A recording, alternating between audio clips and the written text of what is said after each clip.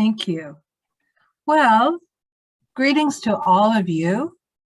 It's my great pleasure to welcome you to the panel on climate change and the ocean at COP26 on the occasion of the book launch for the Research Handbook on Ocean Acidification, Law and Policy.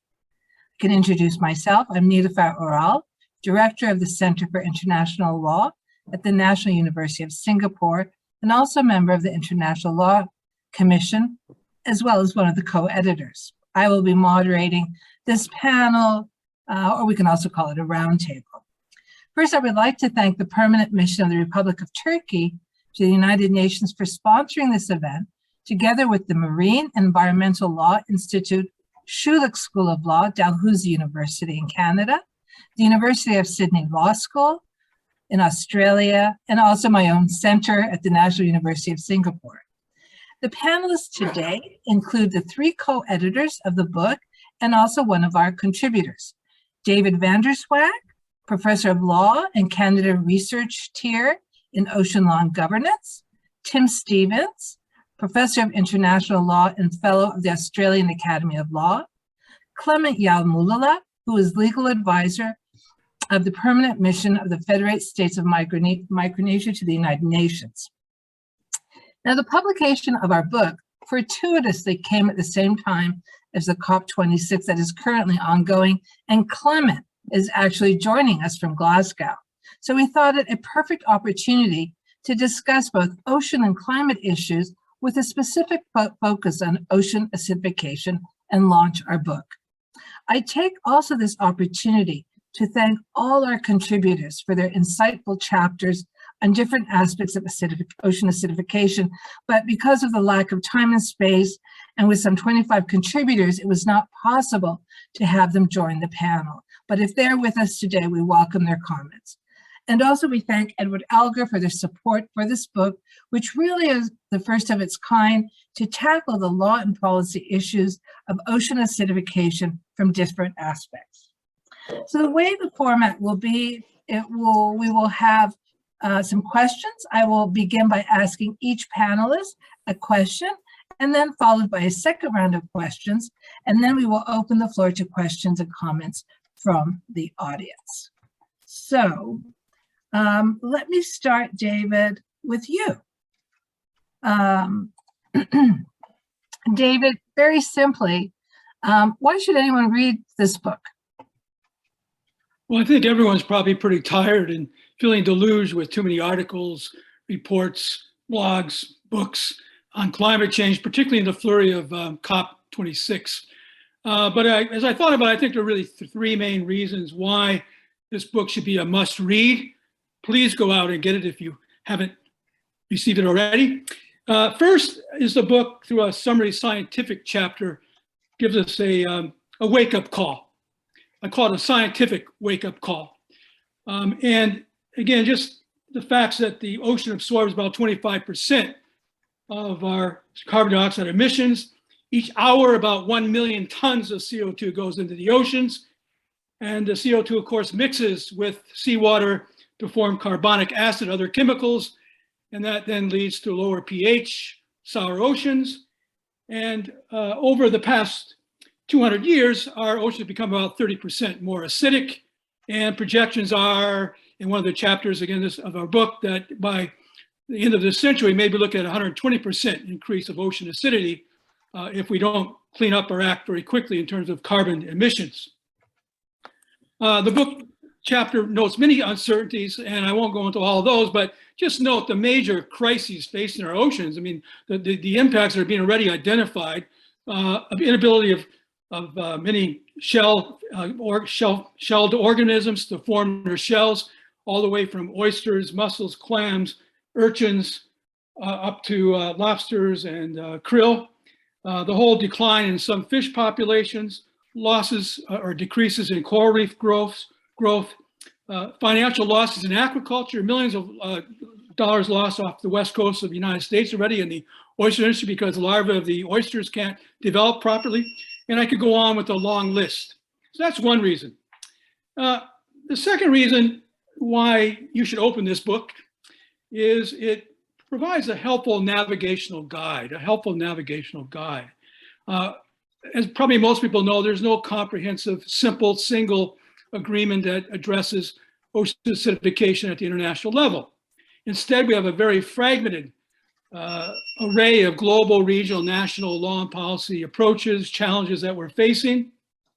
And navigating these tangle of legal currents is not easy, even for lawyers. And the volume then, I think, provides what I call guided tours by over 20 law and policy experts around the globe in the global, regional, and national dimensions. 5 chapters actually untangle or try to untangle the global law and policy dimensions.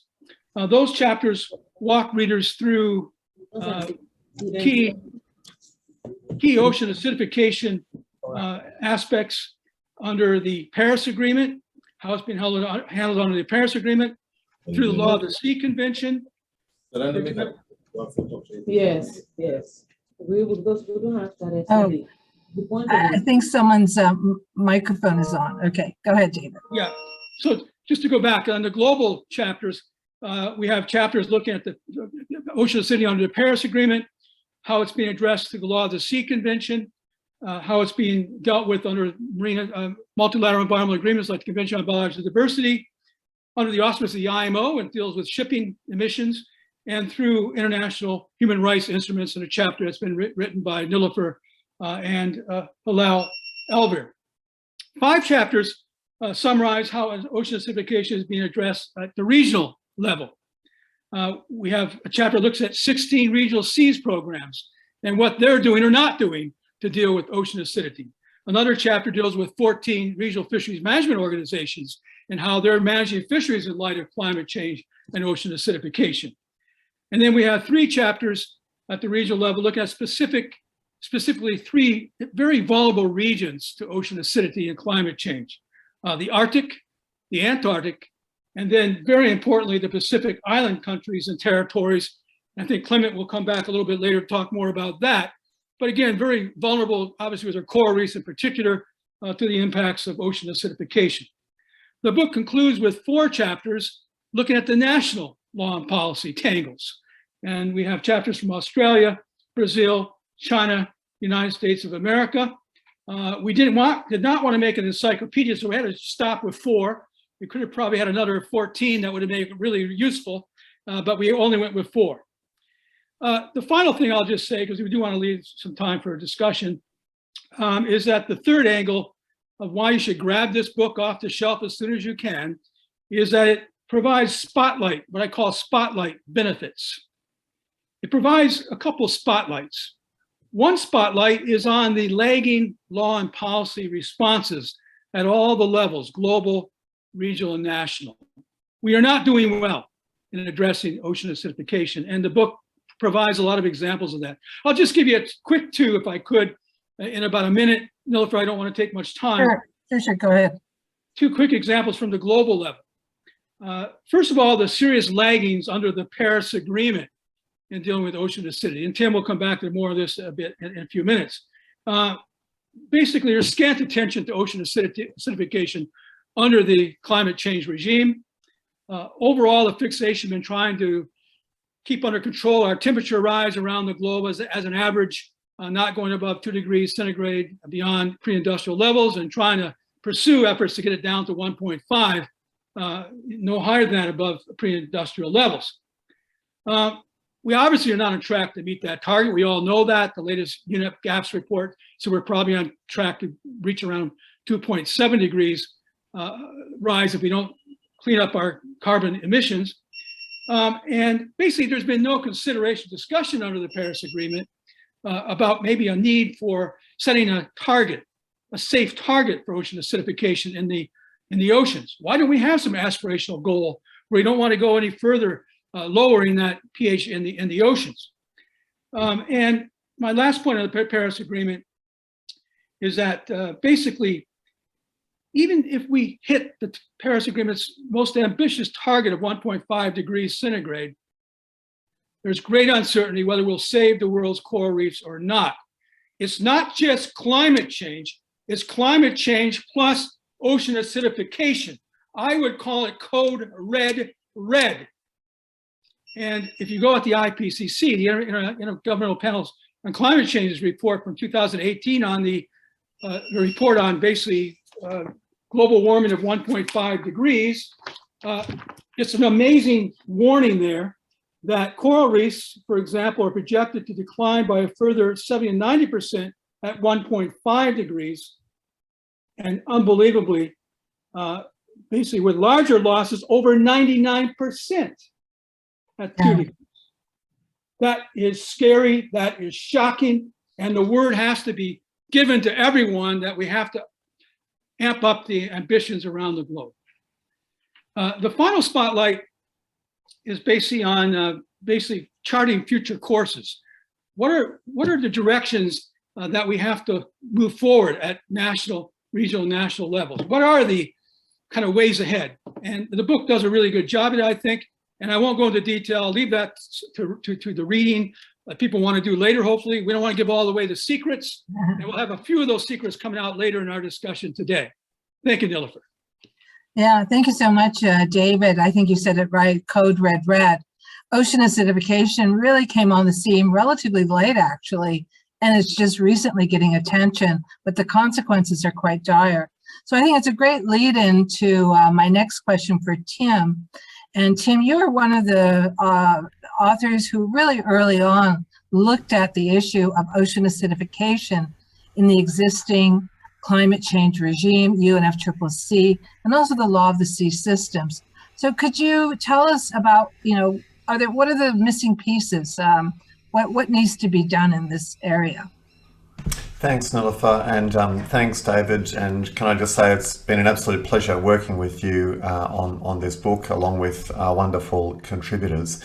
I'd echo David's assessment that this is code red, red. Maybe we need a new colour to describe just how serious it is. You know how meteorologists come up with new colours to describe heat waves or to depict heat waves. We do need to bring attention to the urgency of this issue. It is so urgent, yet it's not getting the priority it deserves.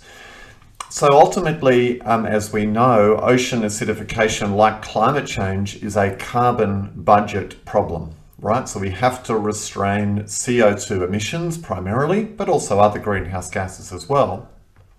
And because ocean acidification is a primarily carbon budget problem, it's essential that it be given a greater profile under the UN Framework Convention on Climate Change and the Paris Agreement.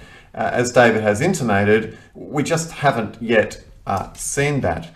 The Paris Agreement doesn't really mention the oceans much at all. There's a reference in the preamble to the importance of ensuring the integrity of all ecosystems, including oceans. But in the operative text, there's nothing really that takes us to ocean questions. Instead, to the extent that ocean acidification is dealt with, it's dealt with under the cover or through the proxy of temperature goals. And David has pointed out that those temperature goals are not necessarily good enough to meet ocean acidification objectives. So what can we do?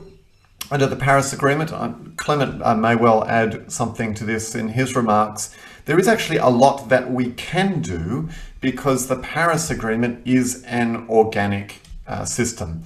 There are mechanisms under Paris through which we could bring a great deal more attention to ocean acidification. And I'll just highlight a couple. First, nationally determined contributions.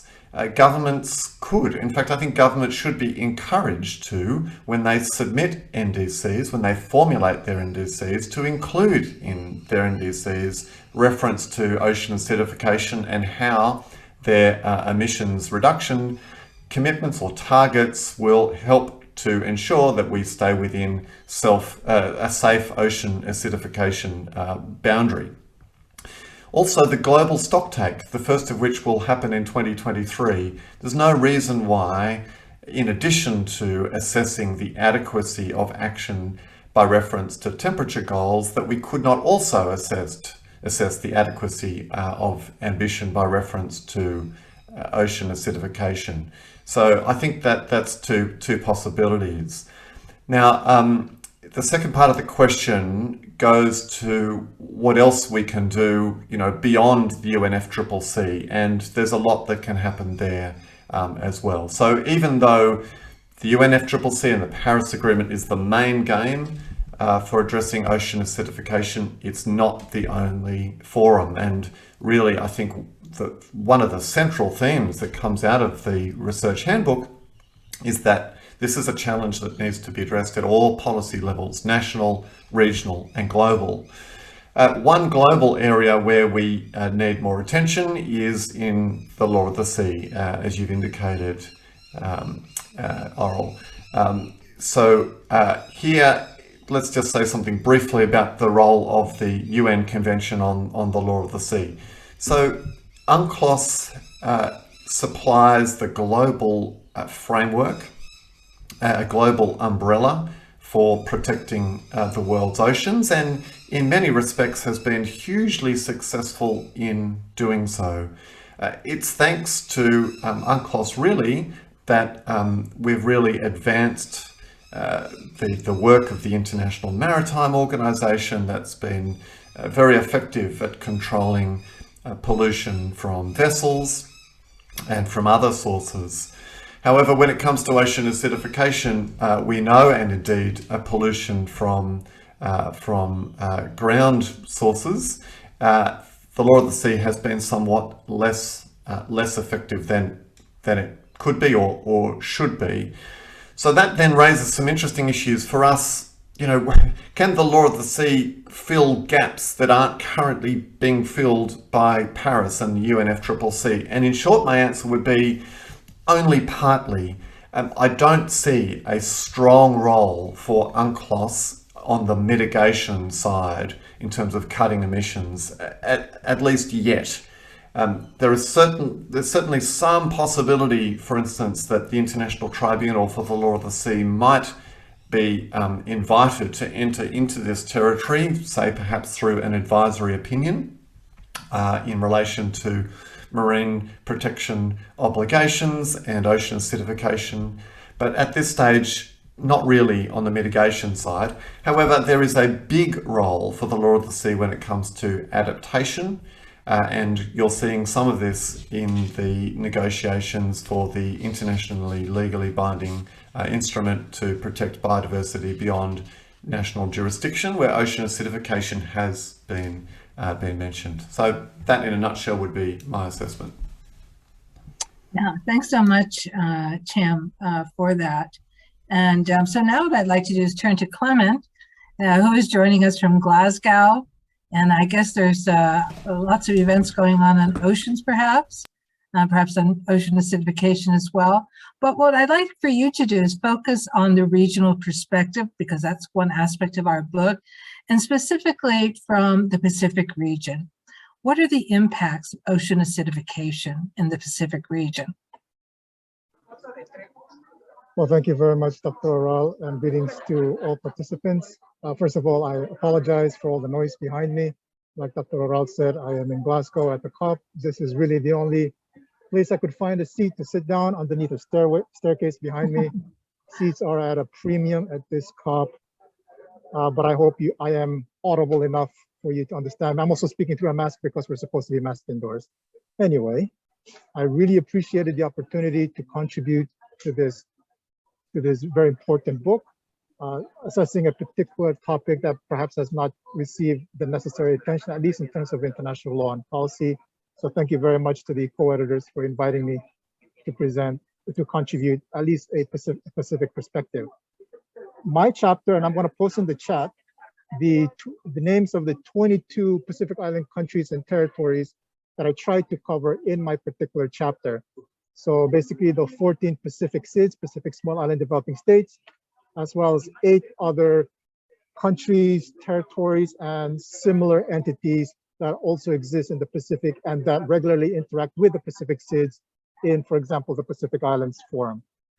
And I guess for my response to your question, Dr. Oral, I relied heavily on work being done at the region, including by SPC and SPREP and similar regional entities that have done a lot of the scientific work to try and assess at the regional level the current and projected impacts of ocean acidification, also building on the important work of the IPCC, including in the 1.5 report that Professor Van der Swag referenced, as well as the special report on ocean cryosphere and a changing climate.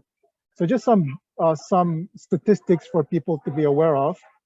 There are projections that over the next several decades, the so-called aragonite saturation in the Pacific Ocean will decrease dramatically to certain levels that'll make it very poor conditions for coral reefs to build in a healthy manner.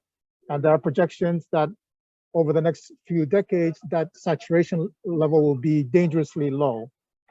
There are also, I'm just mindful that the Pacific region that are covered by the Pacific Island countries and territories in my chapter, they encompass more than 1/4 of the world's coral reefs. And there are actually about 11 of the Pacific Island countries and territories have at least twice as much coral reef coverage as they do actual land area for their people to live on, underlying the importance of coral reefs for our region on multiple levels. There are also projections of impacts of ocean acidification on fish, particularly coral reef fish. There are indirect as well as direct impacts. Indirectly, of course, ocean acidification will weaken the coral reef ecosystems, which these reef fish primarily rely on as their habitat and even for food, etc. And actually, there have also been some studies about direct impacts of ocean acidification on fish in terms of how fish, the increased absorption of carbon dioxide by the ocean would actually disrupt olfactory cues that are used by reef fish to try to locate where they are in their habitats, as well as try to avoid predators. There are also some ongoing study about genetic impacts of ocean acidification on fish in the region. And just more broadly, of course, actually more specifically on tuna fisheries, there have been some studies in the Pacific on the impacts of ocean acidification on tuna fisheries in direct and indirect manner.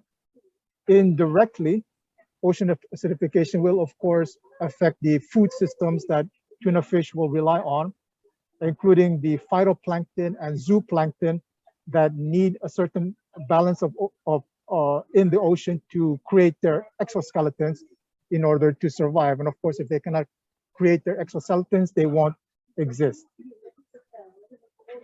And you also have some direct impacts on tuna larvae. And I just want to stress that I'm a lawyer. I am not a scientist.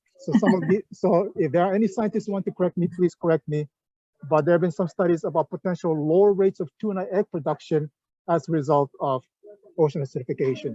And just to conclude, just talking about potential economic impacts of ocean acidification, in addition, of course, to the impacts on tourism caused as a result of weakened coral reef ecosystems, you also have impacts on pearl oyster farming, on shrimp farming, and even in trade in marine ornamentals for aquariums, all of which, such as giant clams and corals, all of which, of course, will potentially be impacted by ocean acidification, and that are very vital economic sectors in the Pacific Island countries and territories.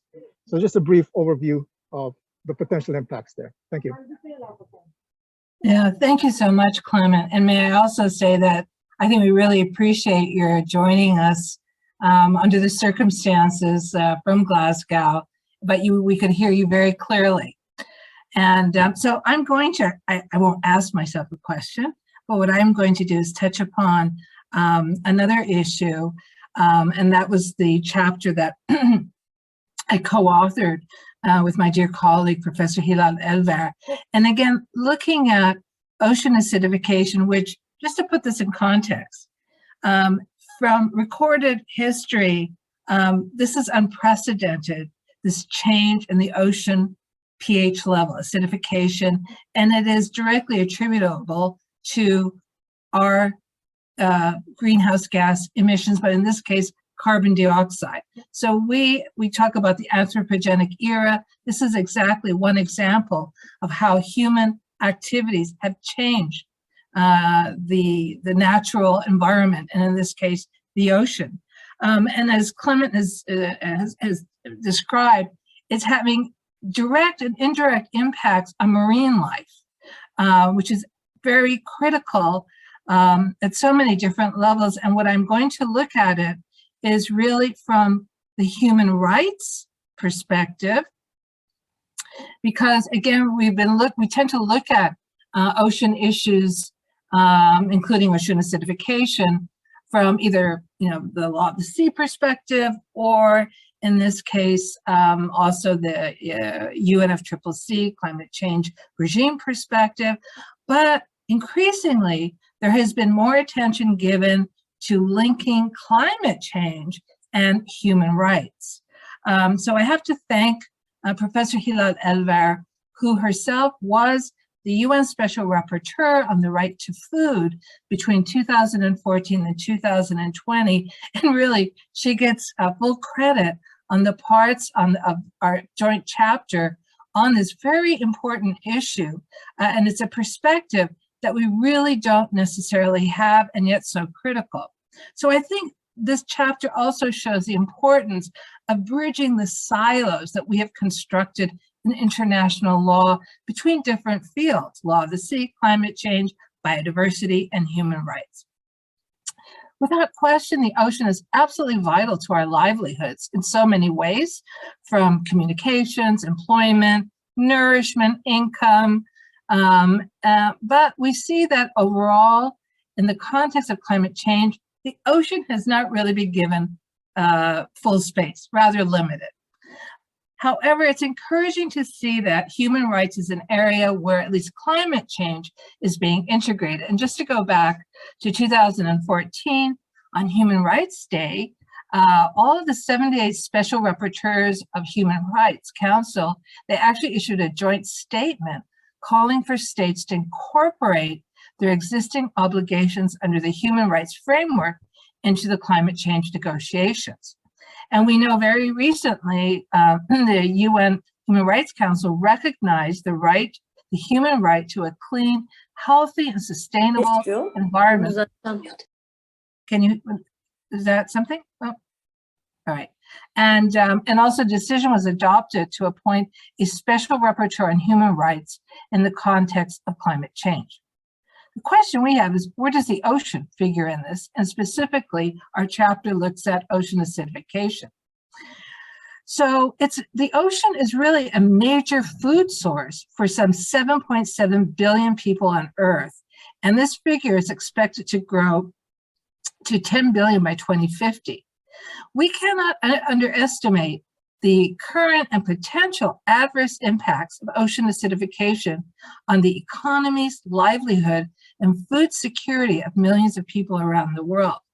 Ocean acidification directly impacts oysters, clams, crabs, lobsters, coral reefs, all the mollusks and crustaceans that depend on shell. And remember, we have to put this also in the food chain perspective. So it's not simply these marine life that are directly impacted, but the whole food chain that relies on them. And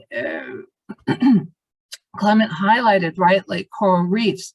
They provide the highest level of biodiversity of any ecosystem, and they directly support over 500 million people worldwide.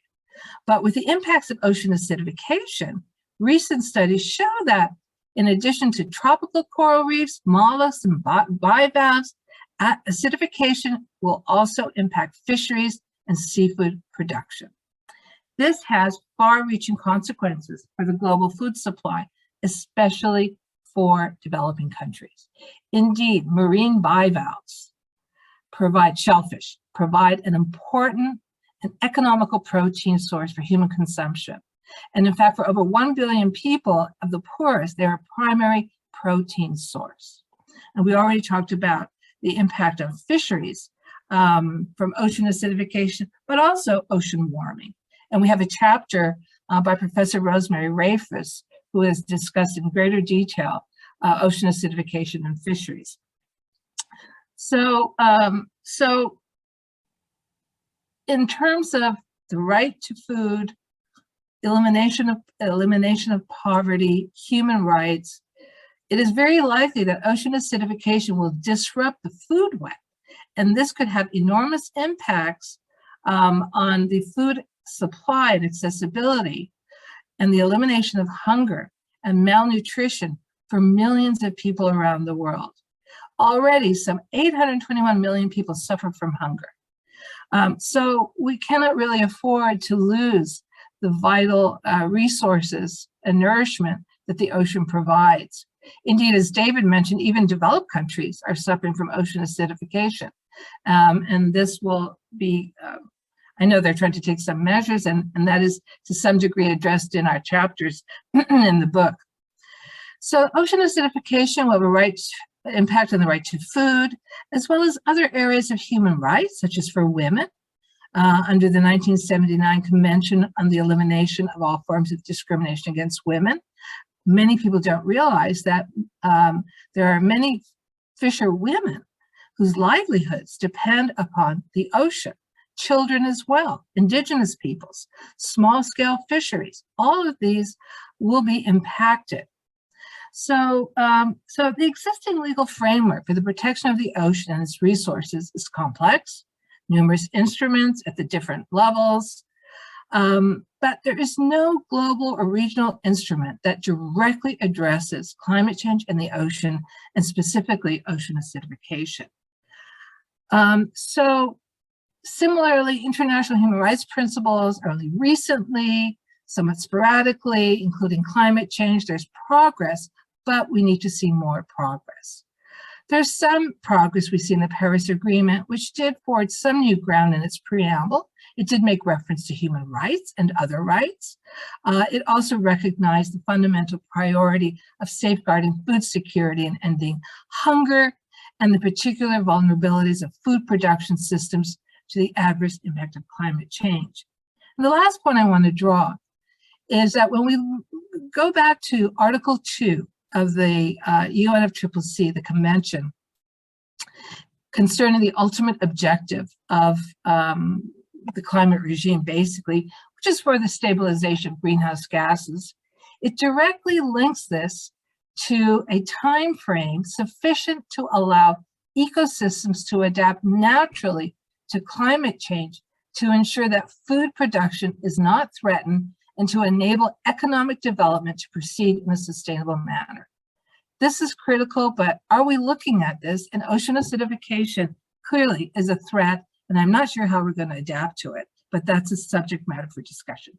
So I will end here, and then we're going to go on to our second round of questions.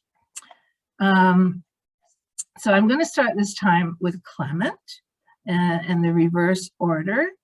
So since you're joining us from Glasgow, Clement, and you've been following closely issues related to the oceans, what do you expect as outcomes from COP26, and what needs to be done by states to streamline ocean acidification into the climate change regime process? Well, thank you very much. I guess my answer will touch on a little bit on what Professor Stevens has already mentioned about ongoing processes or potential processes under the Paris Agreement that could contribute to this discussion.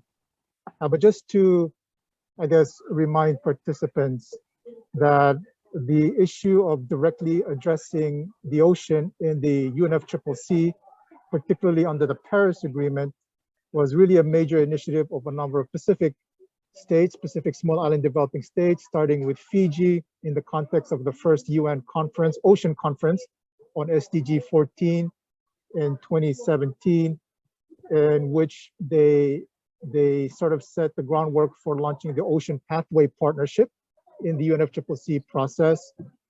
And in the beginning of the process in 2017, there were a number of different ideas that were floating around about how the UNFCCC process could address ocean. There was discussion about a specific standalone agenda item under the relevant agenda in the UNFCCC. There was discussion about recurring events, presidency events, special events, some sort of dialogue, and so on and so forth. And there was a variety of different responses to those different ideas over the last several years as different parties under the UNFCCC have tried to move this process forward. And then finally, in COP25 in 2019, under the presidency of Chile, but held in Madrid, there was a decision taken by the parties in COP25 to, among other things, hold a dialogue on the ocean and climate nexus as part of one of the subsidiary bodies under the convention. And that dialogue was supposed to take place at a particular time in 2020, but of course we had the pandemic, and that ended up being postponed a bit and also held virtually online instead of in person as originally envisioned. But we did have that opportunity for a dialogue to take place under one of the subsidiary bodies. And then the chair of that particular subsidiary body was able to gather the feedback from the dialogue and produce a chair's report or a chair's summary for consideration at the current COP in Glasgow. And so now we have this decision moment here in Glasgow at the COP to decide how the process will take forward the issue of ocean. And one of the, of course, there's also discussion about a potential agenda item, but there seems to be a growing, I wouldn't say a coalescence, but a growing interest in this COP taking a decision that will establish a recurring dialogue. It's being called a recurring dialogue on how to strengthen ocean and climate action. There's a question about whether to start the recurring dialogue in the middle of this coming year in 2022 under one of the subsidiary bodies, or to start it at the COP in 2022 in COP27, or to push it down 2 years down the road. So that's one of the debates that are ongoing at the moment about the timing of this particular dialogue, as well as what would be the outcome or outcomes of this particular dialogue, what was the envisioned outcome. And one of the options being floated is that at the end of this new dialogue, the COP will take some sort of decision several years down the line on possible follow-up modalities, which could possibly include a standalone agenda item, but that's being left very vague at the moment. At the moment, we're just trying to see if there's space and appetite to have a recurring dialogue on ocean and climate going forward in the UNFCCC space. But also, just as Professor Stevens mentioned, there are existing opportunities under the global stocktake process for input into that. Also, standing opportunities for parties to incorporate elements on ocean in their nationally determined contributions or their NDCs going forward. And I think several dozen parties have already reflected, if not more than that, have already reflected ocean issues in their updated NDCs. So there's appetite there, but there are also various concerns about potential overlaps with other processes and burdening this process. This also goes to the issue of siloing that Dr. Oral referenced and how this process can address that. So I'll just end there, and I'm very happy to hear from others on their views on this. Thanks. Yeah, thanks so much, Clement. It's mixed. It's like great. There's some activities taking place, possibility of a COP decision, but it seems rather slow. This issue is so urgent to kick it down a few years. But anyway, we'll come back to that. All right, so next, Tim. So we've heard from Clement about the oceans, the place of the oceans, the discussions going on COP26 in Glasgow, and the importance of the UNFCCC for addressing this problem. But looking more broadly, what other global, regional, and national regimes do you think hold perhaps more promise or most promise in addressing ocean acidification? Yes, so I think one way that we can answer that question is to look at a conceptual framework that's been very helpfully devised by one of the contributors to this book, Dr. Alicia Harold-Kolyeb, who co-authored work with a coral reef scientist, very well-known coral reef scientist, Professor Ove Hugh Goldberg. And Alicia and Ove have come up with this governing framework of international ocean acidification policy, and in essence what they argue, and I think many of the contributors to our book accept this as the as the kind of a key message, is that ocean acidification is a challenge every much as great as climate change, and like climate change needs to be mainstreamed in policy making and lawmaking really at all scales in order to first obviously curb CO2 emissions, to adapt to change that is locked in, and then to provide compensation for loss and damage. And if we delve into the book, I think we can find a few examples of policy strengths and weaknesses where some of this activity is happening, where we're seeing the manifestation of this conceptual framework, playing out. So let's start globally.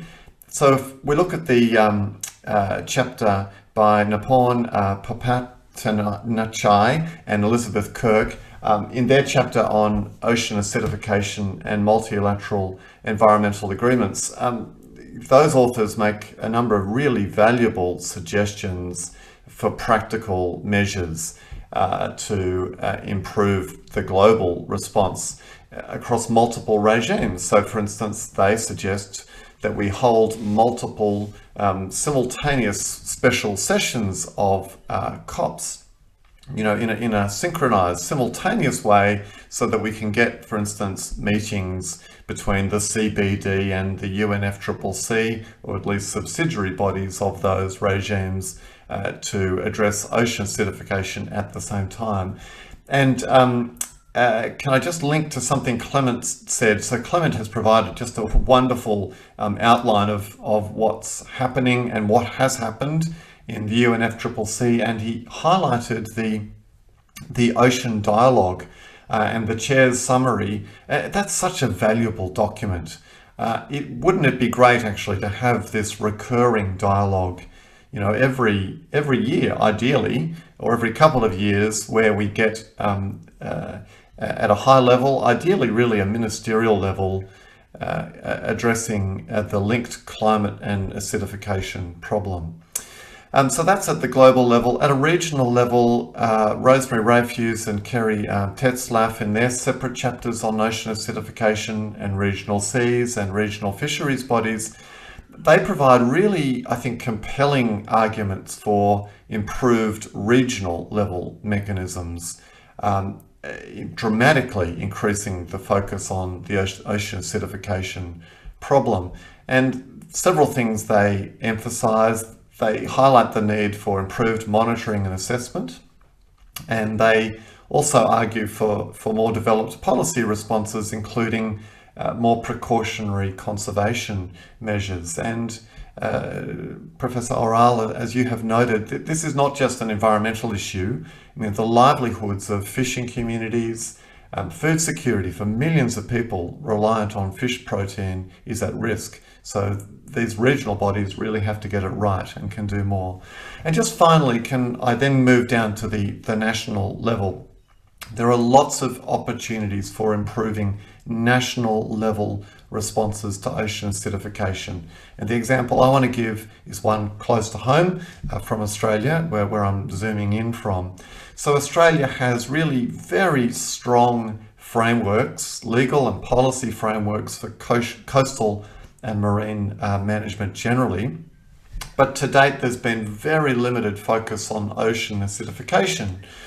So in other words, there's an opportunity for dormant frameworks to be given new life, to be repurposed and adapted to the threat of ocean acidification. And in the chapter that I've written with Alicia Harold-Collier, we go through various options for how this might happen in an Australian context.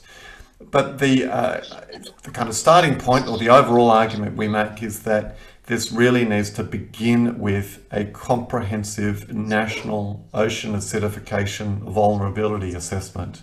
This is something which Australia should do, and which I think all governments should do, governments with coasts and marine areas under their management, because this problem is, it's coming at us very quickly, and unless we kind of understand the scale of it, its economic, social, environmental costs, we're not going to be able to respond effectively to it.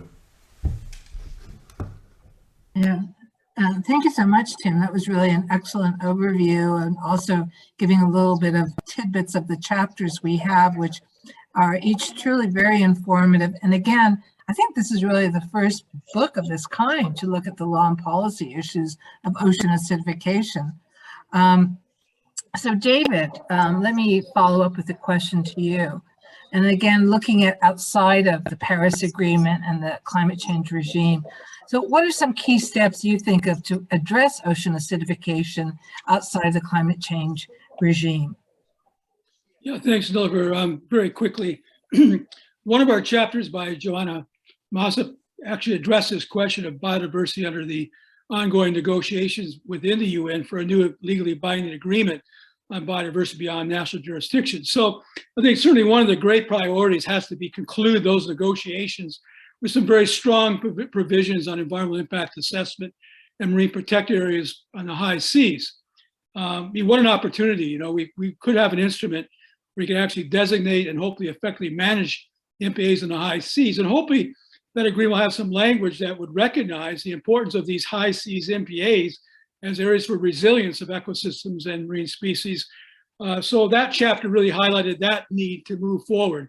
Of course, those negotiations have been delayed because of COVID, and we're now looking into 2022, unfortunately.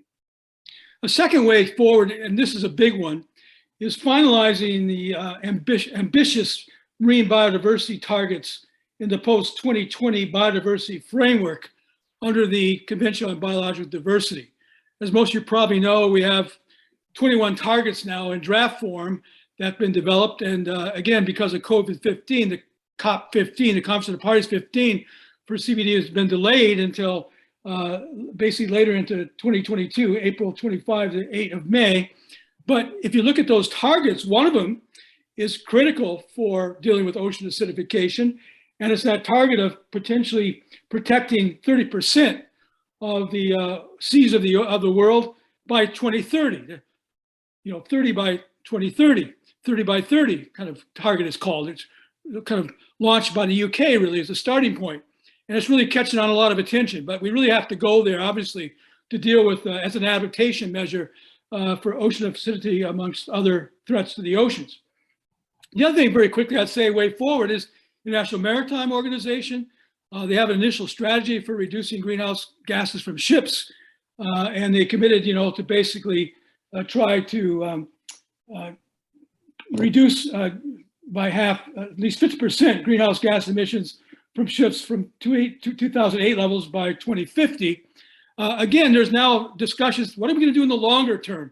And that's unresolved. And there are a lot of ideas out there, many of them driven by Pacific Island states, actually. What about a levy on carbon emissions? If we collect the money, where does it go? Will it go to developing countries or not? And what about a net zero emission target for 2050? Just like we're seeing a lot of countries do, why not the same thing for shipping? But again, this is unresolved. It'll probably take a number of years to get this worked out within the IMO, but great potential there. Very quickly on a regional level, I've done a lot of work in the Arctic, and I wrote a co-authored chapter on the Arctic in this book. Look what's happening there. They have had a framework for a circumpolar network of MPAs, but they have moved very slowly in actually implementing it, and they're now revising it. But we really have to move forward with these networks of MPAs at the regional level very clearly. Same thing for the Antarctic. Again, we had a chapter on the Antarctic. You realize there's been a lot of assessment and studies of these polar regions. We know the science is there, but we're not doing a whole lot really to move through with these networks. So that's another big emphasis. And then finally on the national, a lot's been said already, and I won't add a lot more there. Let me just say, though, that there's a lot of way forward that could be forwarded. And picking up on Clement and maybe Tim both raised it, the idea kind of need to mainstream this whole idea of ocean acidification into mitigation and adaptation. A huge need. And one would hope to see that to be more clarity in the future with these submissions that are required under the Paris Agreement. Countries hopefully will talk about what their plans are for renewable ocean energy, what their plans are for developing, basically to decarbonize their ocean industries. One would hope to see more on the adaptation side, how we're going to protect blue carbon sinks, the seabed seagrass beds, the salt marshes, the kelp growths off our shores. All that should be clear. And then also, I think we need a much more emphasis in countries on pushing ocean acidification research ahead. We still have a lot of uncertainties. We know that. Even in the most developed countries, we have so many uncertainties. We don't know, like, for example, what the multiple stressors are doing to organisms. We don't have a lot of long-term studies. So we need really, and we don't know how species are going to acclimate to ocean acidification. So again, that should be another big kind of agenda item. The last thing I'll say at the national level is we really have to put ocean acidification and climate change into laws and policies. Full stop.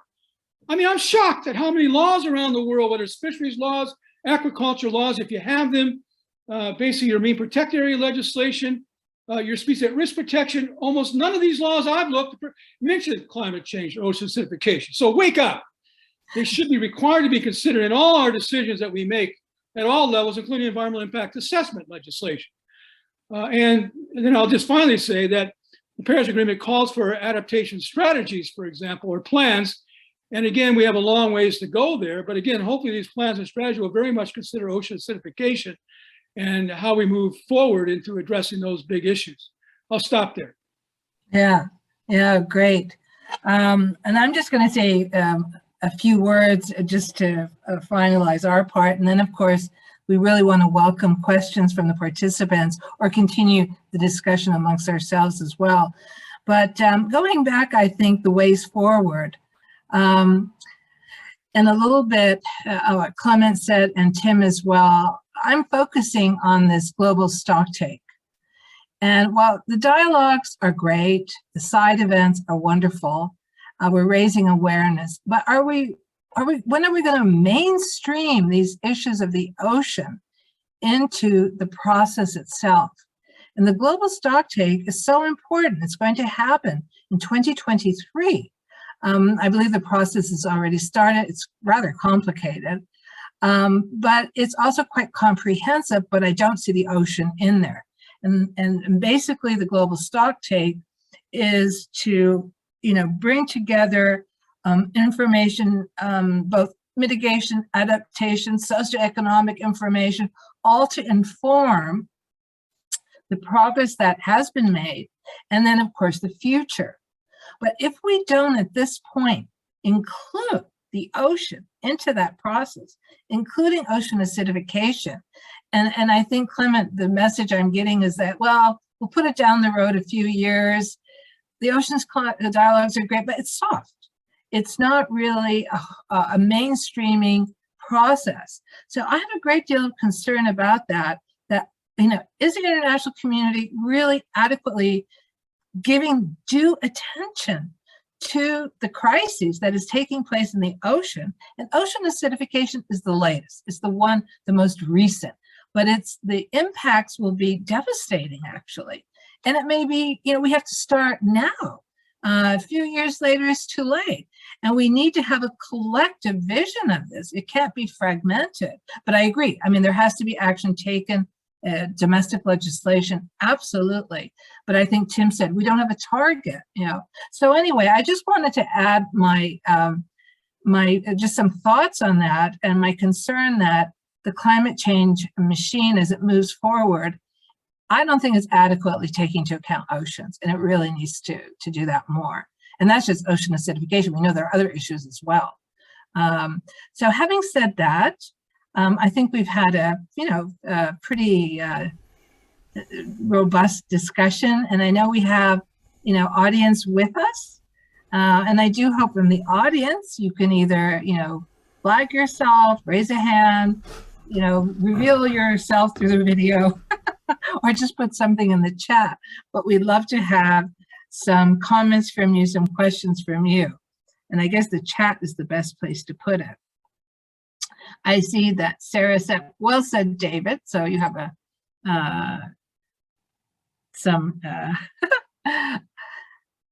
so we can wait a little bit. But again, Tim, Clement, David, if there's any thoughts you want to add as well. Again, this is really, Tim, go ahead.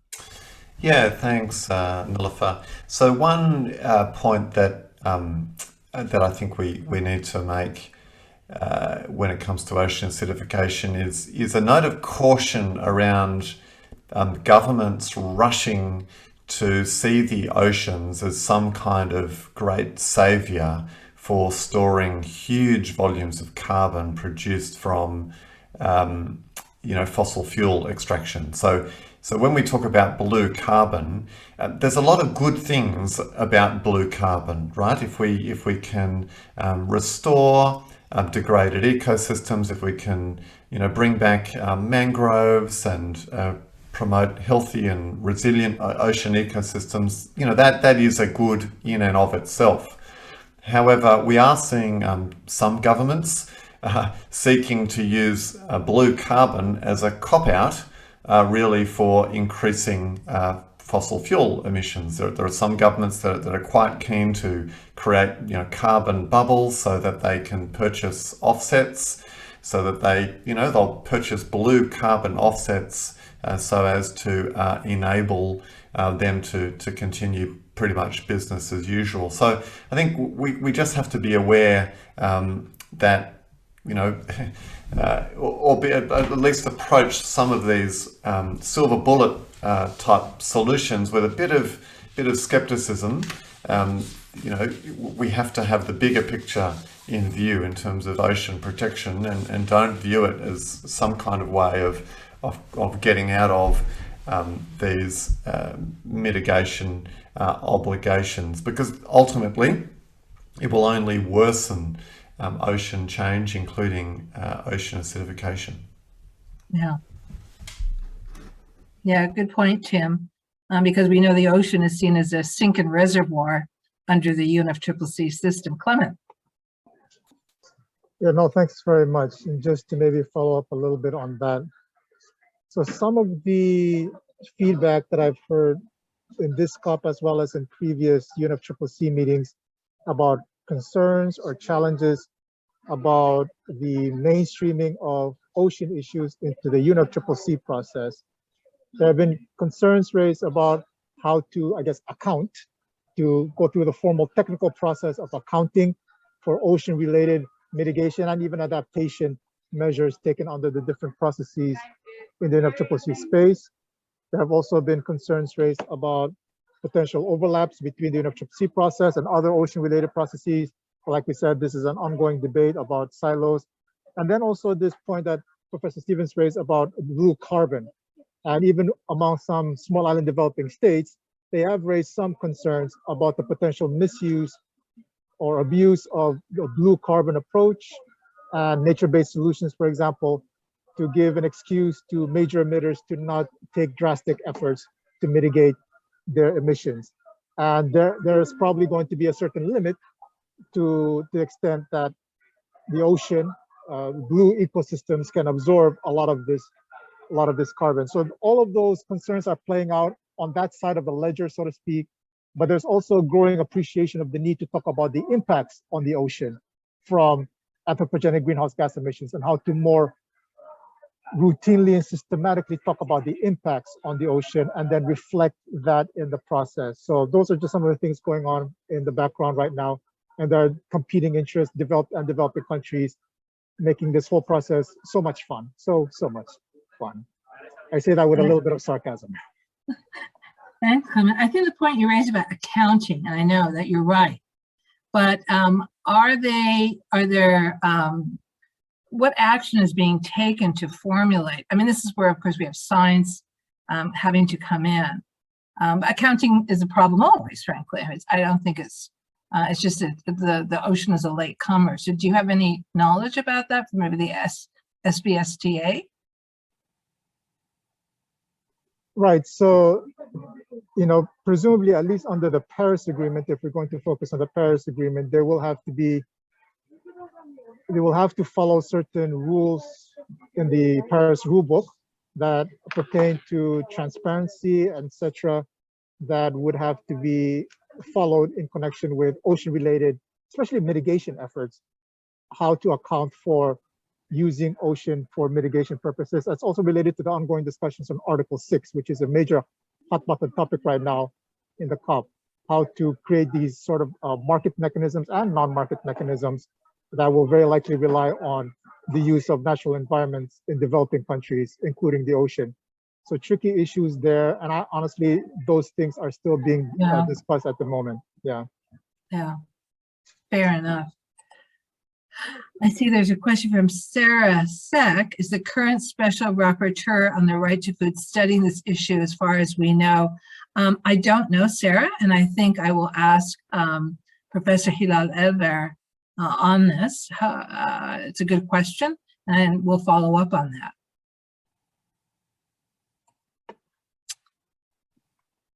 So I had a question maybe for Clement.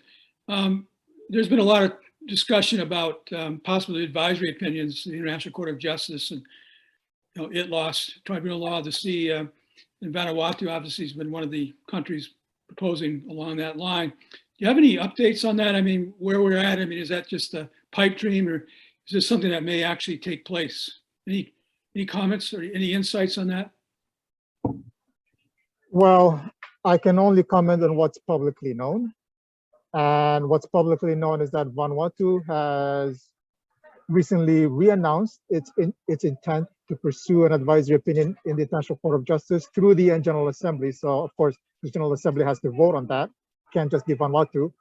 But then you also have this additional new development by the governments of Antigua and Barbuda, and which is the chair of AOSIS, by the way, although this is not an AOSIS-led initiative at the moment, and Tuvalu, to establish a new commission. They're calling it a new commission on small island developing states and international law. I might have gotten that naming incorrect, but the point there is to establish a new international organization that will have, among other things, the authority to request an advisory opinion from ITLOS. And this advisory opinion will pertain to climate change and related matters in connection to the Law of the Sea Convention. So that's been launched. It was launched here in Glasgow. My understanding is that at least one other country may have also acceded to this instrument that establishes the commission. So you have these two sort of parallel efforts going on. And the question is, one of the questions is, to what extent will they be able to complement each other, or will they undermine each other? And how far will either of them go, to be honest? In terms of logistics, in my opinion, the one for ITLOS, the advisory opinion for ITLOS will probably be the easier one to launch, because you really only need 2 countries to request this from ITLOS. But then you have the ICJ initiative that's going to be a tough haul for a country like Vanuatu at the moment. Thank you. Yeah, and there was a prior example, I guess, was it Palau, that about 10 years ago or so and that didn't go forward. Well, if there are no questions from our audience, maybe a final round of comments from the panelists. David, Clement, Tim, some concluding words. Yeah, just one that struck me, you came up with this idea of blue carbon, but another thing to watch that we really didn't cover in the book, and it's one that's going to become a bigger and bigger issue in the coming years, is this whole deployment of carbon capture and storage, carbon dioxide removal technologies. I think a lot of us, at least I was very skeptical of it, because you don't want countries to start taking the easy way out, and you want to see cutting emissions. But it's going to come, I think. You've seen what's going on with the science and technology. A lot of technology being developed out there, alkalizing the ocean, taking the deep seabed sequestration. So I think it's going to be coming, like it or not. And if you look at even the high-level panel for sustainable ocean economy, which made an announcement at this COP26, they actually talk about actions, and one of them is advancing deployment of carbon capture and storage. So again, maybe we need a next edition of this book already, and the whole limitation of where we are in international law dealing with that, right? We only are really dealing with ocean fertilization that is, basically under the London Protocol on ocean dumping, where we had that 2019 amendment trying to only allow that for legitimate scientific research. But again, that amendment's only been accepted by, I think, six parties, 6 countries. So it's not enforced yet. And then, beyond that, all the new technology that come along, there's no global kind of comprehensive agreement again. So it kind of almost like the ocean acidification thing. It kind of probably falls through a lot of cracks. They are looking at amending the perhaps the 2019 amendment, and there's an Annex 4 that you can amend to have other geoengineering, and they're talking about that now within the protocol. So I just flagged that. It's probably another big issue that we'll be seeing. And again, it's going to be another struggle. And again, one of the issues will come up with these technologies. What will be the impact on ocean acidification? A lot of them will probably have negative effects, at least some of them. You start growing a lot of algae, fixes CO2. If you can get rid of it way in the deep ocean, maybe you're okay. But again, there's dangers there. So one has to really be looking at that as another area of legal challenge and legal development that will be needed. Stop there.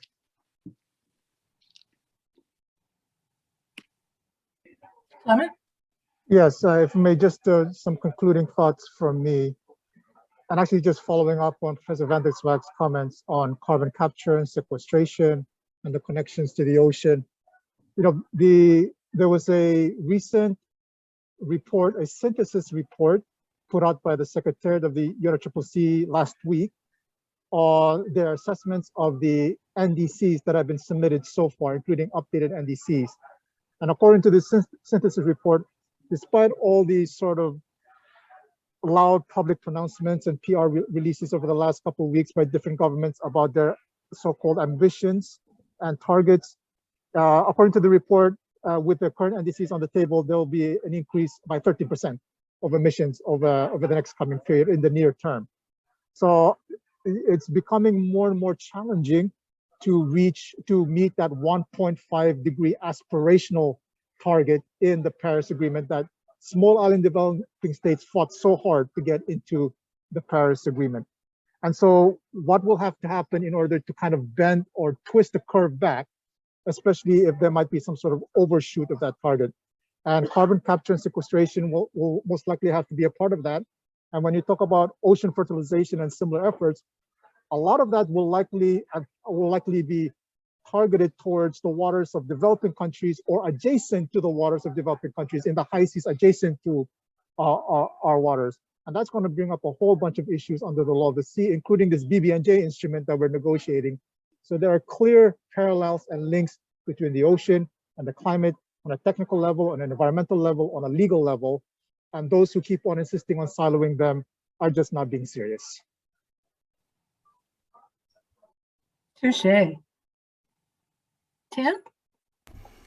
So I don't really have much to add. Those last two reflections, I think, have just been so very helpful in bringing together multiple themes. We really do need to break down the silos.